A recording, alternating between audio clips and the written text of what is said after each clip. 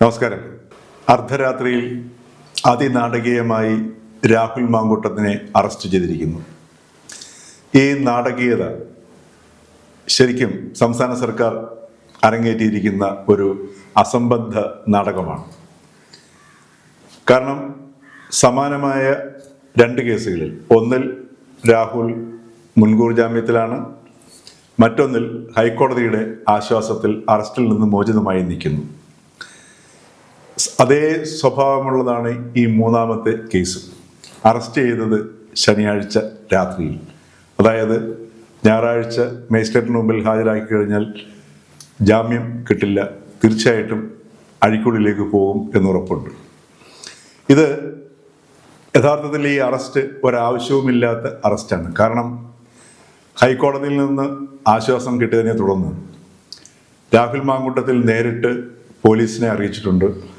അറിയിച്ചാൽ മതി, ആ നിമിഷം താൻ ചോദ്യം ചെയ്യലിന് ഹാജരായിക്കൊള്ളാം എന്ന് പറഞ്ഞ് അങ്ങോട്ട് ഹാജരായിക്കൊള്ളാം എന്ന് പറഞ്ഞ ഒരു പ്രതിയെ അല്ലെങ്കിൽ ഒരു വ്യക്തിയെ അർദ്ധരാത്രിയിൽ അതിനാടകീയത സൃഷ്ടിച്ചുകൊണ്ട് അറസ്റ്റ് ചെയ്തതിൻ്റെ പിന്നിലെ ഉദ്ദേശം ചില കാര്യങ്ങൾ മറച്ചു വയ്ക്കുക എന്നുള്ളതാണ്. കേരളത്തിലെ മുഖ്യധാരാ മാധ്യമങ്ങളുടെ സ്വഭാവം നന്നായിട്ട് സർക്കാരിനെ നിയന്ത്രിക്കുന്നവർക്കും അവർക്ക് ഉപദേശം നൽകുന്ന PR ഏജൻസികൾക്കും ഒക്കെ, അല്ലെങ്കിൽ അവരെ സഹായിക്കുന്ന ബുദ്ധിജീവികൾക്കും ഒക്കെ നന്നായിട്ട് അറിയാം. ഈ ഒരു സംഗതി ഇട്ടുകൊടുത്തു കഴിഞ്ഞാൽ പിന്നീടുള്ള കുറച്ച് ദിവസങ്ങളിൽ കേരളത്തിലെ മുഖ്യധാരാ മാധ്യമങ്ങൾ ഇതിൽ കടിച്ചു തൂങ്ങിയുള്ള ചർച്ചകളും ദൃശ്യങ്ങളും കഥകളും ഒക്കെയായി നീങ്ങിക്കൊള്ളും എന്ന് നന്നായിട്ടറിയാം. അതോടൊപ്പം തന്നെ രാഹുൽ മാങ്കൂട്ടത്തിൻ്റെ നിയമസഭാ അംഗത്വം അത് എത്തിക്സ് കമ്മിറ്റി, അതായത് സ്പീക്കറാണ് അത് മുൻകൈയെടുത്തിരിക്കുന്നത്. അതായത് രാഹുൽ തുടരുന്നതിൽ നൈതികത ഉണ്ടോ എന്ന് പരിശോധിക്കുകയാണ്. നമ്മൾ മനസ്സിലാക്കണം, നൈതികതയാണ് ഇവിടെ പരിശോധിക്കുന്നത്. അപ്പോൾ ഈ നടപടിയിൽ, ഈ അറസ്റ്റ് എന്ന നടപടിയിലെ നൈതികതയിലേക്ക് നോക്കുക. ഒരർത്ഥത്തിൽ ഹൈക്കോടതിക്കെതിരെയുള്ള ഒരു വെല്ലുവിളി പോലും ഇതിൽ നിഴലിക്കുന്നുണ്ട്. കാരണം ഇത് സാധാരണ ദിവസങ്ങളിൽ അറസ്റ്റ് ചെയ്തു കഴിഞ്ഞാൽ കോടതിയെ സമീപിക്കുകയും തുറന്ന കോടതിയിൽ ഇത് വാദത്തിന് വരികയും ഹൈക്കോടതിയുടെ ഈ ആശ്വാസം നൽകിക്കൊണ്ടുള്ള വിധിയുടെ പശ്ചാത്തലത്തിൽ മജിസ്ട്രേറ്റ് കോടതിയിൽ പോയാൽ പോലും ജാമ്യം കിട്ടും എന്ന് ഉറപ്പുള്ളത് കൊണ്ടാണ് ശനിയാഴ്ച ഇത്തരത്തിലുള്ള നടപടിയിലേക്ക് കടന്നിരിക്കുന്നത്. ഇത് കോടതിയെ പോലും വെല്ലുവിളിക്കുകയും അപഹസിക്കുകയും ചെയ്യുന്ന ഒരു നടപടിയാണെന്ന് നമുക്ക് പ്രഥമ ദൃഷ്ട്യാ ഇത് കാണാൻ കഴിയും. അപ്പൊ ഇതെന്താണ് മറയ്ക്കാൻ ഉദ്ദേശിക്കുന്നത്? മറയ്ക്കാൻ ഉദ്ദേശിക്കുന്നത് വേറൊന്നുമല്ല. ഇപ്പൊ തന്ത്രിയുടെ അറസ്റ്റ് നടന്നു, പക്ഷെ മന്ത്രിയുടെ അറസ്റ്റ് ഉണ്ടായില്ല. അപ്പോൾ ഇതിൻ്റെ ശബരിമലയുടെയും സകല ക്ഷേത്രങ്ങളുടെയും ഇവിടെ വ്യക്തിയുടെ ആണെങ്കിലും സ്ഥാപനത്തിൻ്റെ ആണെങ്കിലും ഇപ്പൊ ജീവനും സ്വത്തിൻ്റെയൊക്കെ സുരക്ഷ ഉറപ്പാക്കാനുള്ള ചുമതല സ്റ്റേറ്റിൻ്റെയാണ്. അക്കാര്യത്തിൽ യാതൊരു സംശയമില്ല. സ്റ്റേറ്റിൻ്റെ ഇടപെടൽ ഒട്ടുമില്ലാതെ ക്ഷേത്രങ്ങളുടെ കാര്യം കൈകാര്യം ചെയ്യാൻ വേണ്ടിയിട്ടാണ് ദേവസ്വം ബോർഡ്. അതേസമയത്ത് അതിൻ്റെ നിയന്ത്രണം എന്ന് പറയുന്നത് രാഷ്ട്രീയ നേതൃത്വത്തിനാണ്. സംസ്ഥാന നേരിട്ടുള്ള ഇടപെടൽ ദേവസ്വം ബോർഡിൽ ഉണ്ടാവുന്നില്ല എന്ന് മാത്രമേ ഉള്ളൂ. പക്ഷേ അതിൻ്റെ ഒരു മേൽനോട്ടവും മറ്റു ചുമതലകളും സർക്കാരിൽ നിക്ഷിപ്തമാണ്. അതുകൊണ്ട് തന്നെയാണ് ദേവസ്വം മന്ത്രിയും ഉണ്ടാകുന്നത്. ആ മന്ത്രിയുടെ ആവശ്യകതയും നിലനിൽപ്പും അതിൻ്റെ അടിസ്ഥാനത്തിലാണ്.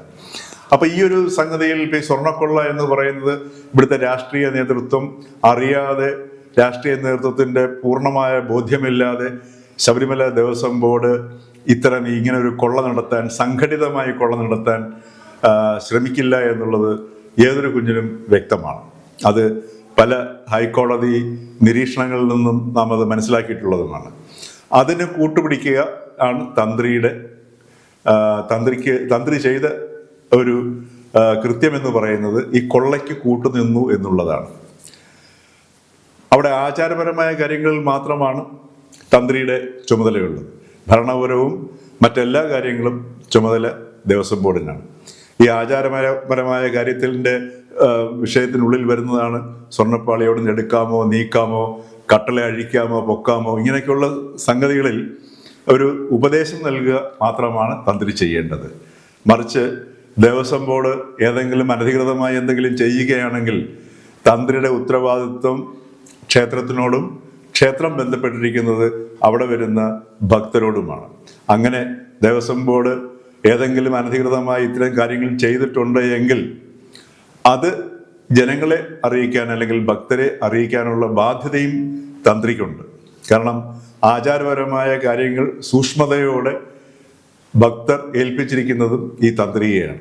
അപ്പം അത് കണ്ടിട്ട് മിണ്ടാതിരിക്കുന്നത് കുറ്റം ചെയ്തതുപോലെ തന്നെ, അല്ലെങ്കിൽ ആ കൊള്ളയിൽ പങ്കെടുക്കുന്നത് പോലെ തന്നെ കുറ്റകരവുമാണ്. ഒരു കാരണവശാലും ഈ സ്വർണ്ണക്കൊള്ളയിൽ നിന്ന് തന്ത്രിക്ക് ഒഴിഞ്ഞു മാറാൻ പറ്റുകയില്ല. അതിൻ്റെ മറ്റു വിവരങ്ങളൊക്കെ അന്വേഷണത്തിൽ തെളിയട്ടെ. അപ്പം ഇവിടെ നടന്ന സംഗതി എന്ന് പറയുന്നത് ഈ ഒരു വിഷയത്തിൽ നിന്നും ശ്രദ്ധ മാറ്റിക്കൊണ്ടു പോവുക എന്ന ഒരു നിലവിലെ സാമൂഹ്യ മാധ്യമങ്ങളുടെ സാന്നിധ്യവും അതോടൊപ്പം മുഖ്യധാരാ മാധ്യമങ്ങളുടെ സാന്നിധ്യവും മുതലെടുത്തുകൊണ്ട് ഈ ജനങ്ങളുടെ ശ്രദ്ധ മാറ്റാൻ ഉള്ളൊരു ശ്രമമാണ്. കാരണം തെരഞ്ഞെടുപ്പ് വരികയാണ്. ആ തെരഞ്ഞെടുപ്പിന് വേണ്ടി സ്ത്രീകളുടെ വിഷയങ്ങളല്ല, സ്ത്രീ സുരക്ഷ സംബന്ധിക്കുന്ന വിഷയങ്ങളല്ല, ഏത് സംഗതിയും തങ്ങൾ ഉപയോഗിക്കും എന്ന് സർക്കാർ വ്യക്തമാക്കിയിരിക്കുകയാണ്. കഴിഞ്ഞ ഏതാനും തെരഞ്ഞെടുപ്പുകളായിട്ട് നാം കേരളത്തിൽ കാണുന്നത്, കേരളത്തിലെ ഏറ്റവും വലിയ പുരോഗമന പ്രസ്ഥാനം എന്നൊക്കെ പറഞ്ഞ് സ്വയം അവകാശപ്പെടുന്ന CPM-ന്റെ നേതൃത്വത്തിലുള്ള ഇടതുമുന്നണി മുഖ്യമായിട്ടും തെരഞ്ഞെടുപ്പുകളിൽ ഉപയോഗിക്കുന്നത് പെൺവിഷയങ്ങളാണ്. അല്ലാതെ ഈ സംസ്ഥാനത്തെ ബാധിക്കുക ഇവിടുത്തെ യുവാക്കളെയോ കുട്ടികളെയോ മുതിർന്നവരെയോ ഒന്നും ബാധിക്കുന്ന വിഷയങ്ങളല്ല തെരഞ്ഞെടുപ്പിൽ ചർച്ച ചെയ്യുന്നത്, മറിച്ച് പെൺവിഷയങ്ങളാണ് ചർച്ച ചെയ്യുന്നത്. അപ്പോൾ പെൺവിഷയങ്ങൾ ഇപ്പോൾ ചർച്ച അല്ലാതെ വന്നിരിക്കുന്നു. കാരണം പെൺവിഷയങ്ങൾ കേരളത്തിൽ ഇപ്പോൾ ഒരു വിഷയമല്ലാത്ത ഒരവസ്ഥയിലേക്ക് സാമൂഹികമായി അത് മാറിയിരിക്കുന്നു. അതിൻ്റെ പശ്ചാത്തലത്തിലാണ് ഈ പറഞ്ഞതുപോലെ വർഗീയതയും മതവികാരവും ഒക്കെ ഇളക്കി വിട്ടുകൊണ്ട് വീണ്ടും തിരഞ്ഞെടുപ്പിലേക്ക് നീങ്ങാനുള്ള ശ്രമം അവിടെ ഉണ്ടാവുന്നത്.